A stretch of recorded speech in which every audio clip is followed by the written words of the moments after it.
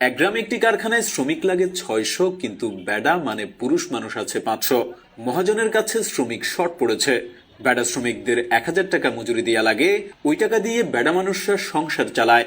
মহাজন তো দেখলো ব্যাপক মুশকিল। সে গ্রামের বেডি মানুষদের ফুসলানোর জন্য যাইয়া কইল, তোরা জামাইয়ের অত্যাচার সহ্য করতাছস কেন? জামাই তোগরের খাওয়ার খোটা দেয়, ঠিক মতো শপিং এর টাকা দেয় না। আয় আমার কারখানায় কাম কর, তোগরের টাকা দিমু, তোরা ওই টাকা দিয়া শপিং করতে পারবি, রেস্টুরেন্টে গিয়ে খাইতে পারবি, জামাইয়ের দিকে চাইয়া আর থাকতে হবে না, নিজে স্বাবলম্বী হবি, নিজের খরচ নিজে চালাবি। এখন বেডিগুলা নেমে গেছে কামলা দিতে। আগে বেডা শ্রমিক ছিল ৫০০, এখন বেডি শ্রমিকও হয়ে গেছে ৫০০, হয়ে গেল ১,০০০ শ্রমিক, কিন্তু শ্রমিক লাগে ৬০০। শ্রমিকের দাম কমে গেছে, এদিকে বেডিগুলো ২০০ টাকা মজুরিতেই কামলা দিতে রাজি হয়ে গেছে। ওদের তো আর একাই পুরা ফ্যামিলি চালাইতে হবে না। এখন বেডাগুলো যখন ১,০০০ টাকা দাবি করলো, মহাজন কয়, আরে যা বেডা যা, ২৫০ টাকা মজুরি দিমু, আইলে আয় নাইলে ভাগ। তোদের মতো আরো ৪০০ শ্রমিক সিরিয়ালে দাঁড়াই আছে।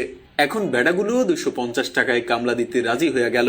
বেডির কামলার পারিশ্রমিক ২০০ টাকা ধরা হয়েছে, আর বেডাগুলোর ২৫০ টাকা, দুইটা যোগ করলে হয় ৪৫০ টাকা।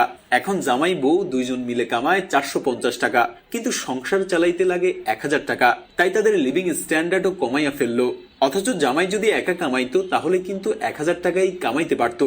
এদিকে লাগলো আরেক ভেজাল। জামাইয়ের ২৫০ টাকা দিয়ে তো হচ্ছে না, সে বউয়ের কামাইতে ভাগ দাবি করে বসলো। সংসারের খরচ দেয়া তো জামাইয়ের দায়িত্ব, বউয়ের দায়িত্ব না।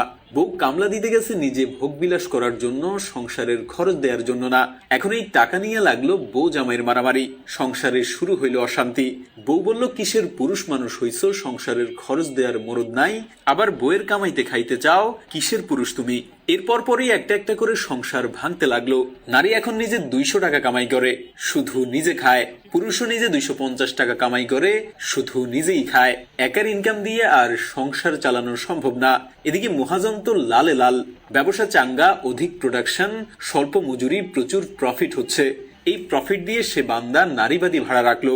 নারীবাদীগুলো মহাজনের টাকায় মোজ মাস্তি করতেছে, আর সাধারণ নারীদেরকে বলতেছে, জামাইয়ের সংসারে লাথি দিয়ে চলে আয়, মহাজনের কারখানায় কাম নে, স্বাবলম্বী হ, পরাধীন থাকিস না, নিজের খরচ নিজে চালা।